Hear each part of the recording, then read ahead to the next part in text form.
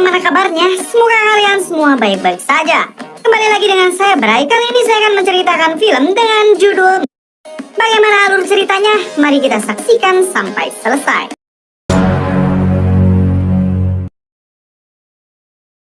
Di salah satu daerah terpencil bagian Amerika, kita diperlihatkan dengan pasangan suami istri yang sedang santuy sambil melihat anaknya bermain dengan anjingnya. Si bocil ini bernama Sam. Kedua orang tuanya ini bernama Carter dan Mara. Di situ Mara berpesan kepada Carter untuk tetap mengawasi anaknya karena dia akan kembali ke dapur untuk menyiapkan makan siang. Nah, mungkin karena bawaan angin sepoi-sepoi si Carter ini malah ketiduran. Lalu beberapa jam kemudian istrinya itu kembali keluar dan menyadari bahwa anaknya sudah tidak terlihat di sekitarnya. Di situ si anjing terus-terusan menggonggong dan setelah memeriksanya, ternyata anaknya itu sudah ngejoprak dengan posisi kepala yang sudah bocor di atas batu. Entah karena tersandung atau karena freestyle di depan kasir Indomaret, tapi yang jelas si bocil ini sudah meregang nyawa secara mengenaskan. 6 bulan kemudian, setelah kematian anaknya, Carter hidup sebatang kara. Alasan sang istri meninggalkannya karena jika dia tetap tinggal di rumah itu, dia terus terbayang-bayang dengan anaknya. Begitu juga dengan Carter. Terlihat dia sangat stres sehingga dia ini menjadi pecandu alkohol guna melupakan bayang-bayang anaknya yang selalu hadir di pikirannya. Selanjutnya kita diperlihatkan dengan seorang bocil yang bernama Isabel. Terlihat dia akan mengunjungi makam orang tuanya. Di sana, dia diantar oleh pamannya yang bernama Roger. Seperti yang kita lihat, Isabel gemar memotret di setiap objek yang dia temui.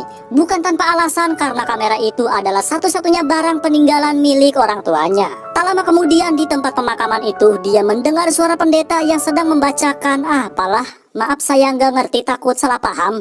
Tapi yang jelas, pendeta, perempuan, dan bodyguard yang mengawalnya itu sedang berada di liang lahat yang baru saja digali. Tapi tiba-tiba,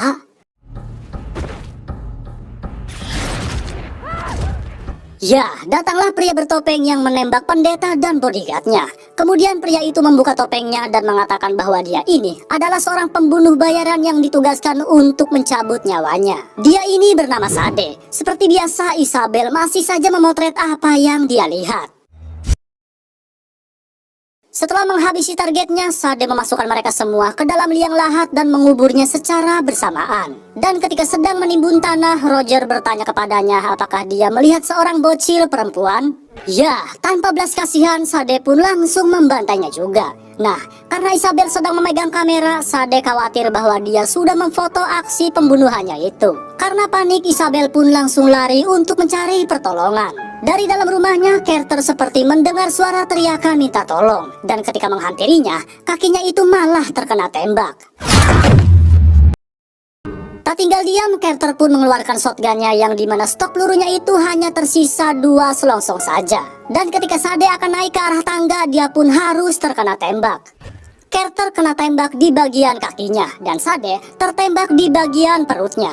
Kemudian Carter mengatakan bahwa dia akan segera menghubungi polisi. Mendengar hal itu, Sade pun memeriksa teleponnya, yang dimana teleponnya itu ternyata sudah rusak. Tapi Carter akan menghubungi polisi dengan HP miliknya. Dan apesnya, HP-nya itu malah tertinggal di bawah. Sade mengatakan kepadanya agar menyerah saja. Karena Isabel sudah melihat wajahnya maka dia harus mati. Tapi Carter mengatakan jika dia mau anak itu, dia harus melangkahi mayatnya dulu. Kakinya terluka cukup parah, Carter meminta Isabel untuk mengambilkan kotak P3K. Begitu juga dengan Sade. Luka tembaknya itu dia siram dengan minuman keras yang dia temui di rumah itu. Kemudian mereka pun sama-sama membakar pisau untuk menghambat aliran darah yang ada di luka mereka masing-masing.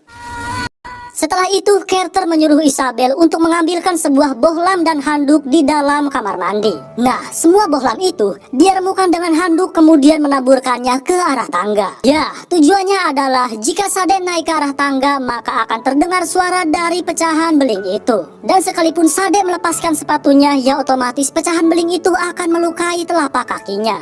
Meskipun terjebak di lantai atas, jelas ini adalah pertarungan antara mental, strategi, dan kecerdasan. Kemudian Isabel mengatakan bahwa dia berhasil memfoto wajahnya saat dia membuka topeng di tempat pemakaman. Mendengar hal itu, Carter langsung mengamankan filmnya untuk dijadikan sebagai barang bukti. Ya, karena kaget film dari kamera itu hampir saja jatuh ke bawah. Untuk Sade, dia masih dalam posisi gabut.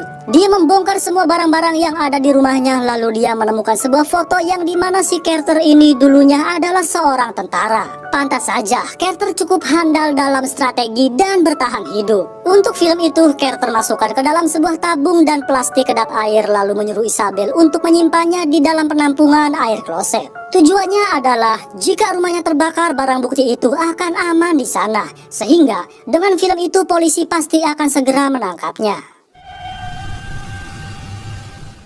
Di tempat lain ada salah satu polisi yang sedang berpatroli dan dia melihat ada dua mobil tapi tidak ada seorang pun di sana. Lanjut dia menyusuri tempat pemakaman dan di sana dia hanya menemukan sebuah sekop. Nah, si polisi ini bernama Baker. Ya, namanya juga orang gabut. Sade melepaskan beberapa tembakan peringatan. Karena suara tembakan itu sangat keras, maka terdengar oleh Baker. Saat menyusuri sumber suara itu ternyata mengarah ke rumah Carter. Karena curiga, dia pun langsung OTW ke sana.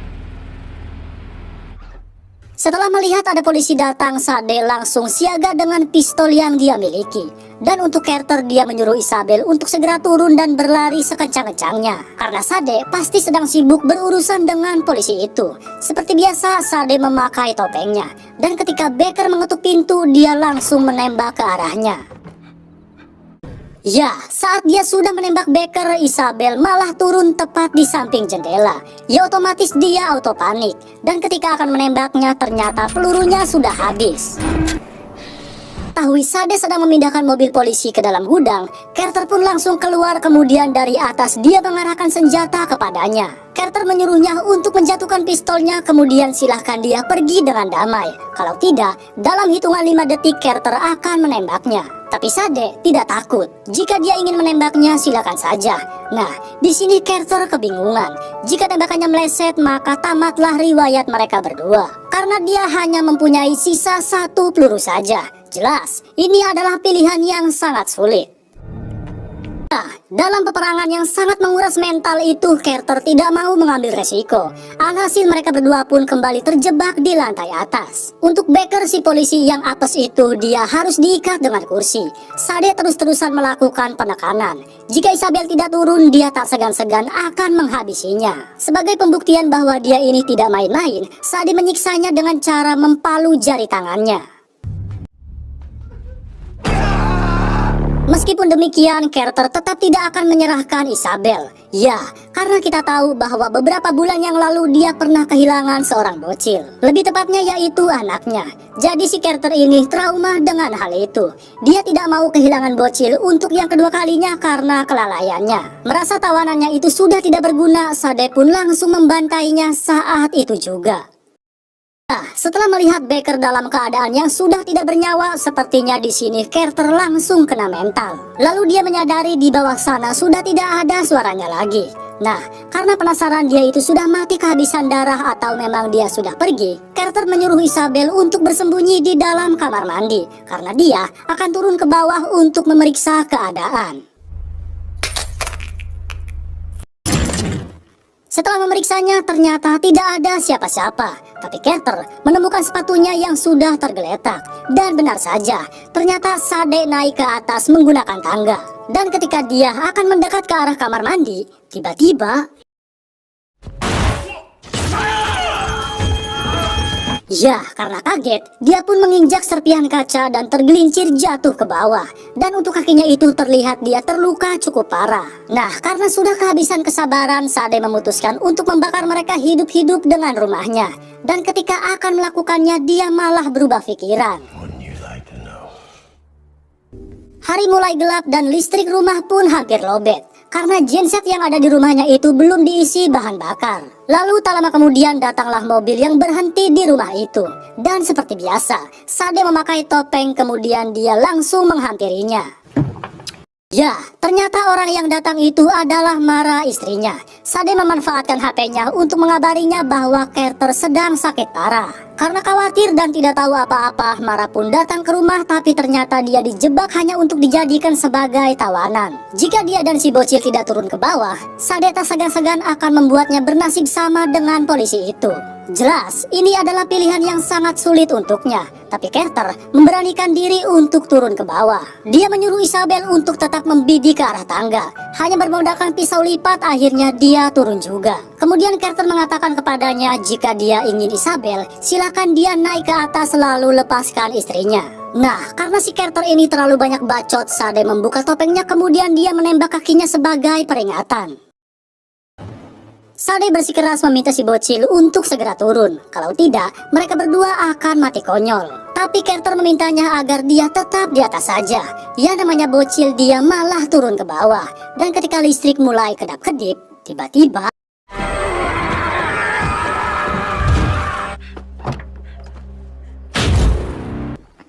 bukannya masuk ke mobil, si bocil yang sangat meresahkan ini malah kembali ke dalam sambil menenteng senjata. Rupanya dia ingin balas dendam atas kematian Roger pamannya.